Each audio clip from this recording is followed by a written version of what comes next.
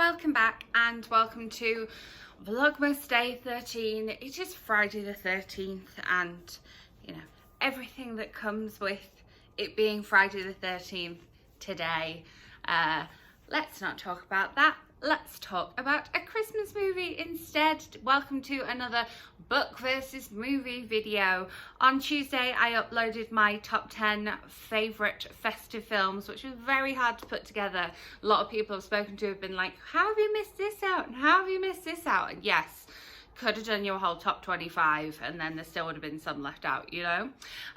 So in that video, I talked about Christmas with the Kranks and the fact that it is based on the book Skipping Christmas by John Grisham. I'll link that video up here if you haven't seen it already. I asked if you would be interested in a book versus movie talking about that. You said you would be, so I listened to the book and I watched the movie. I have done other things this week, which you will see in my weekly vlog, but I got that done for you. So, first and foremost, this book and movie are probably the most similar out of any book versus movie I've ever made. Because the book is quite a short book, I think the listening time total speed was like 3.5 hours, just shy of 4 hours.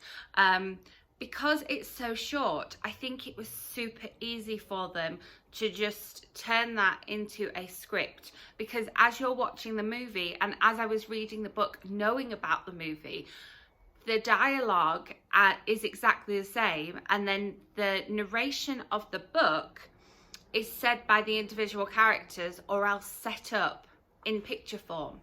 So therefore they could take a what is 3.5 hour long audiobook and turn it into an hour and 38-minute film very easily by just going, well, this is just a description of the street, here's the picture of the street.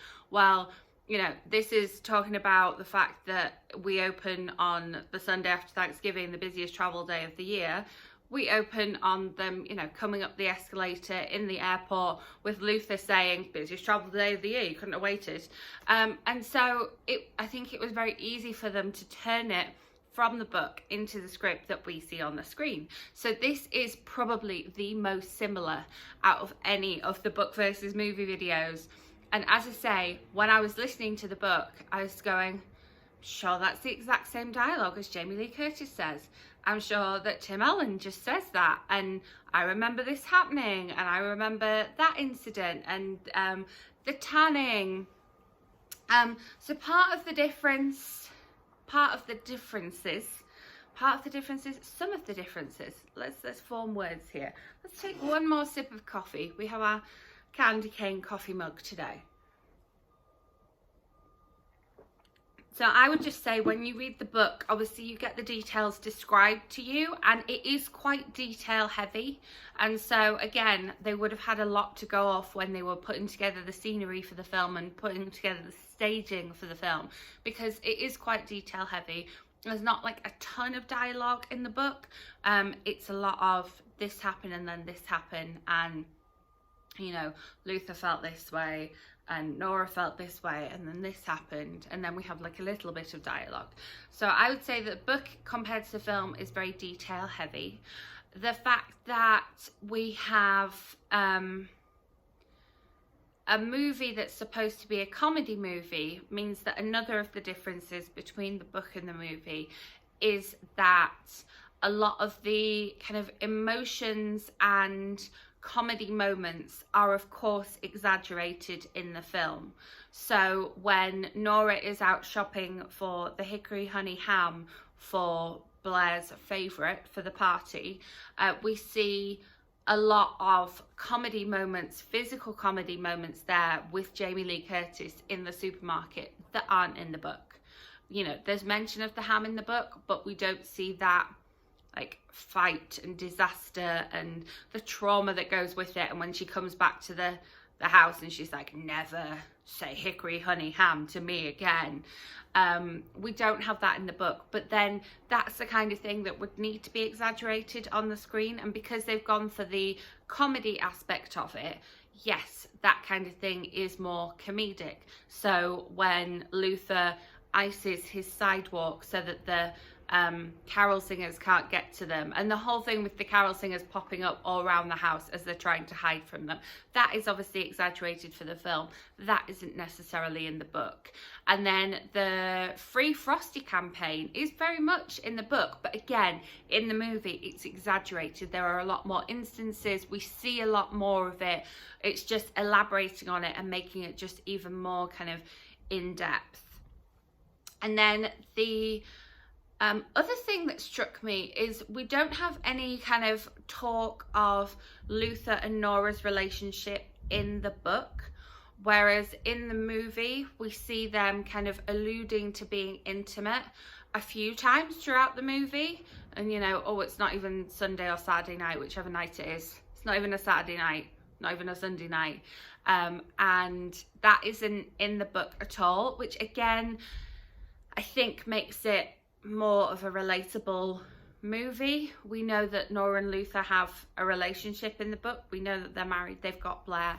But there's never kind of any allusion to them being like physically or emotionally intimate with each other, whereas that's there in the movie. And I like the addition of that in the movie. I think it makes them more relatable as characters, but then that is something that you can do with words and descriptions in the book. So I think that they probably kind of amp that up a little bit more to make these characters more likable and more relatable in the movie.